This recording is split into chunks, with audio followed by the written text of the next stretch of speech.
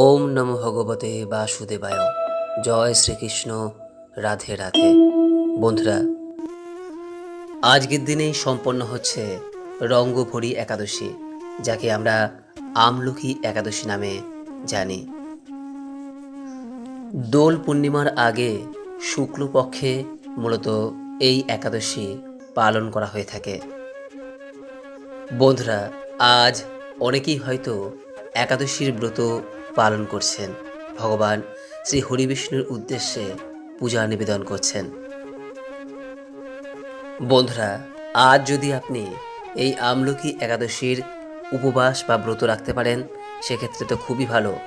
যদি কোনো কারণে আপনি এই উপবাস বা ব্রত নাও রাখতে পারেন, আজকের দিনে এই আমলকি একাদশীর দিনে ভগবান শ্রী হরিবিষ্ণুর উদ্দেশ্যে একটি প্রদীপ প্রজ্বলন করতে পারেন এবং তার সঙ্গে যদি সম্ভব হয় একটি আমলকি নিবেদন করতে পারেন।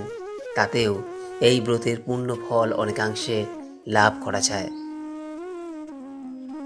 বন্ধুরা, যারা একাদশীর ব্রত পালন করছেন তারা এই বিষয়টি নিশ্চয়ই জানেন যে একাদশীর ব্রত কথা শ্রবণ না করলে সেই একাদশীর ব্রত অসম্পূর্ণ থেকে যায়।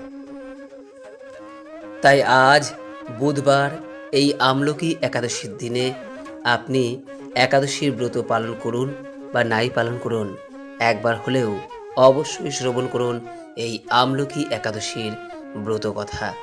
আশা করি দর্শক বন্ধুরা, এই আমলকি একাদশীর ব্রত কথাটি শ্রবণ করে আপনাদের ভালো লাগবে। শুরু করছি শ্রী শ্রী হরি বিষ্ণুর আমলকি একাদশীর ব্রত কথা। হে কৃষ্ণ করুণা সিন্ধু দীনবন্ধু জগৎপথে, গোপেশ গোপিকাকান্ত রাধাকান্ত নমস্তুতে। জয় শ্রীকৃষ্ণ। রাধে রাধে। মহারাজ যুধিষ্ঠির বললেন, হে কৃষ্ণ, ফাল্গুন মাসের শুক্লপক্ষের একাদশী কি নামে বিখ্যাত তা সবিস্তারে বর্ণনা করুন। ভগবান শ্রীকৃষ্ণ তখন বললেন, হে মহাভাগ যুধিষ্ঠির, মান্ধাতার প্রশ্নের উত্তরে মহাত্মা বশিষ্ঠ এই একাদশীর মহিমা কীর্তন করেছিলেন। আপনার কাছে এখন আমি সেই কথা বলছি, আপনি মনোযোগ সহকারে তা শ্রবণ করুন। এই একাদশীর নাম আমলকি। বিষ্ণু লোক প্রদানকারী রূপে এই একাদশী বিশেষভাবে মহিমান্বিত। একাদশীর দিন আমলকি বৃক্ষের তলে রাত্রি জাগরণ করলে সহস্র গাভীদানের ফল লাভ হয়। হে পাণ্ডুনন্দন, পূর্বে ব্রহ্মার রাত্রিতে দৈনন্দিন প্রলয় উপস্থিত হলে স্থাবর জঙ্গম সহ দেবতা, অসুর ও রাক্ষস সব কিছুর বিনাশ হয়। তখন ভগবান সেই কারণ সমুদ্রে অবস্থান করেন। তার মুখপদ্ম থেকে চন্দ্রবর্ণের এক বিন্দু জল ভূমিতে পড়ে। সেই জলবিন্দু থেকে একটি বিশাল আমলকি বৃক্ষ উপস্থিত হয়। এই বৃক্ষের স্মরণ মাত্র গোদানের ফল দর্শনে তাহার দ্বিগুণ এবং ফল ভক্ষণে 3 গুণ ফল লাভ হয়। এই বৃক্ষে ব্রহ্মা, বিষ্ণু এবং মহেশ্বর সর্বদা অবস্থান করেন। এর প্রতিটি শাখা প্রশাখা ও পাতায় ঋষি, দেবতা ও প্রজাপতিগণ বাস করেন। এই বৃক্ষকে সমস্ত বৃক্ষের আদি বলা হয় এবং তা পরম বৈষ্ণব রূপে বিখ্যাত। অতএব এই শ্রেষ্ঠ ব্রত সকলেরই পালনীয়। এখন এই ব্রতের একটি অদ্ভুত ইতিহাস আপনার কাছে বর্ণনা করছি। প্রাচীনকালে বৈদিশ নামে এক প্রসিদ্ধ নগর ছিল। এই নগরে চৈত্ররথ নামে এক রাজা রাজত্ব করতেন। চন্দ্রবংশীয় পাশবিন্দুক রাজার পুত্ররূপে তিনি জন্মগ্রহণ করেন। তিনি অত্যন্ত শক্তিমান ও ঐশ্বর্যশালী ছিলেন। শাস্ত্রজ্ঞানেও তিনি ছিলেন অত্যন্ত সুনিপুণ। তার রাজ্যের সর্বত্রই মনোরম আনন্দপূর্ণ এক দিব্য পরিবেশ লক্ষ্য করা যেত। প্রজারা ছিলেন বিষ্ণু ভক্তিপরায়ণ, সকলেই একাদশী ব্রত পালন করতেন। তার রাজ্যে কোনো অভাব অমঙ্গল ছিল না। এইভাবে প্রজাদের নিয়ে রাজা চৈত্ররথ সুখে দিন যাপন করতে থাকেন। এক সময় ফাল্গুনী শুক্লপক্ষের দ্বাদশী যুক্তা আমলকি তিথি সমাগত হওয়ায় রাজ্যের সকলেই এই ব্রত পালনের সংকল্প গ্রহণ করলেন। ওই দিন প্রাতঃস্নানের পর প্রজাদের নিয়ে রাজা ভগবান শ্রীবিষ্ণুর মন্দিরে যান। সেখানে সুবাসিত জলপূর্ণ কলস, ছত্র, বস্ত্র, পাদুকা, পঞ্চরত্ন ইত্যাদি দিয়ে সাজিয়ে স্থাপন করেন। তারপর ধূপ দীপ দিয়ে যত্ন সহকারে মুনি ঋষিদের দ্বারা শ্রী পরশুরাম মূর্তি সমন্বিত আমলকির পূজা করেন। হে পরশুরাম, হে রেণুকার সুখবর্ধক, হে ধাত্রী, হে পাপ বিনাশিনী আমলকি, তোমাকে প্রণাম। আমার অর্ঘ্য জল গ্রহণ করো।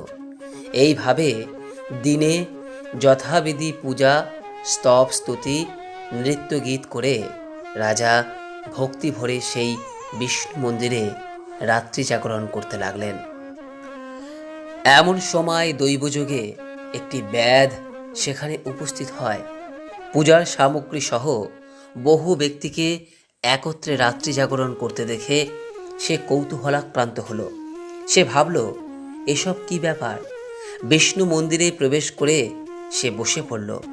কলসের উপরে স্থাপিত বিষ্ণু মূর্তি দর্শন করল। ভগবান বিষ্ণু এবং একাদশীর মাহাত্ম্য সে মনোযোগ দিয়ে শ্রবণ করল। সারাদিন ওই ব্যাধ কিছুই আহার করেনি। এইভাবে ক্ষুধায় কাতর হয়ে সেখানে সে রাত্রি জাগরণ করল। পরদিন প্রজাসহ রাজা নগরের দিকে যাত্রা করলেন। সেই ব্যাধও তার গৃহে ফিরে এলো। এরপর এক সময় ব্যাধের মৃত্যু হলো। একাদশীতে রাত্রি জাগরণ ব্রত প্রভাবে সেই ব্যাধ পরবর্তী জন্মে এক রাজ্যের অধীশ্বর রূপে নিযুক্ত হলো। জয়ন্ত নামে এক নগরী ছিল। সেখানে বিদুরথ নামে এক রাজা বাস করতেন। ওই ব্যাধ বিদুরথ রাজার মহাবলী পুত্ররূপে জন্মগ্রহণ করেন। তার নাম হয় বসুরথ। 1,00,000 গ্রামের আধিপত্য তিনি লাভ করলেন। তিনি ছিলেন সূর্যের মতো তেজস্বী, চন্দ্রের মতো কান্তিমান ও পৃথিবীর মতো ক্ষমাশীল। বিভিন্ন সৎ গুণে ভূষিত বসুরথ পরম বিষ্ণু ভক্তি পরায়ণ হন। এই মহাদাতা রাজা একবার শিকার করতে গিয়ে পথ ভুলে যান। গভীর জঙ্গলের মধ্যে ক্ষুধায় পীড়িত হয়ে তিনি ক্লান্তিবশত শুয়ে পড়েন। এমন সময় কতগুলি পর্বত নিবাসী ম্লেচ্ছু রাজার কাছে এসে নানাভাবে উৎপীড়ন করতে থাকে। রাজাকে তাদের শত্রু মনে করে তারা তাকে হত্যা করতে চেষ্টা করে। পূর্বে এই রাজা আমাদের পিতা মাতা পুত্র পৌত্র সবাইকে মেরে ফেলেছে, আমাদের গৃহ ছাড়া করেছে, এই রকম বলতে বলতে ম্লেচ্ছুরা রাজাকে হত্যা করতে উদ্যত হয়। তারা বিভিন্ন অস্ত্রশস্ত্রে তাকে আঘাত করতে থাকে, কিন্তু আশ্চর্যের বিষয় তাদের সকল প্রচেষ্টা ব্যর্থ হয়। রাজার কোনো ক্ষতিই তারা সাধন করতে পারেনি। তখন রাজার শরীর থেকে নানা অলঙ্কারে বিভূষিতা এক পরমা সুন্দরী স্ত্রী মূর্তি আবির্ভূত হন। মহাশক্তি ধারিণী ওই নারী অল্প সময়ের মধ্যেই সকল পাপী ম্লেচ্ছুকে নিধন করল। রাজার নিদ্রা ভঙ্গ হল। এই ভয়ানক হত্যাকাণ্ড দেখে রাজা অত্যন্ত বিস্মিত হলেন। তিনি বলতে লাগলেন, আহা, আমার শত্রুদের হত্যা করে কে আমার প্রাণ রক্ষা করল? এমন কৃপালু কে আছে? আমি তার প্রতি আমার কৃতজ্ঞতা প্রকাশ করছি। এমন সময় দৈববাণী হল, ভগবান কেশব ব্যতীত শরণাগতকে রক্ষা করবার আর কে আছে? তিনি শরণাগত পালক। দৈববাণী শুনে তিনি ভক্তিযুক্ত চিত্তে গৃহে ফিরে এলেন। তারপর প্রজাসহ মহাসুখে ইন্দ্রের মতো নিষ্কণ্টক রাজ্য ভোগ করতে লাগলেন। বশিষ্ঠ বললেন, হে রাজন, যে মানুষ এই পরম উত্তম আমলকি একাদশী ব্রত পালন করেন এবং এই ব্রত কথা শ্রবণ করেন, তিনি নিঃসন্দেহে বিষ্ণু লোক প্রাপ্ত হন।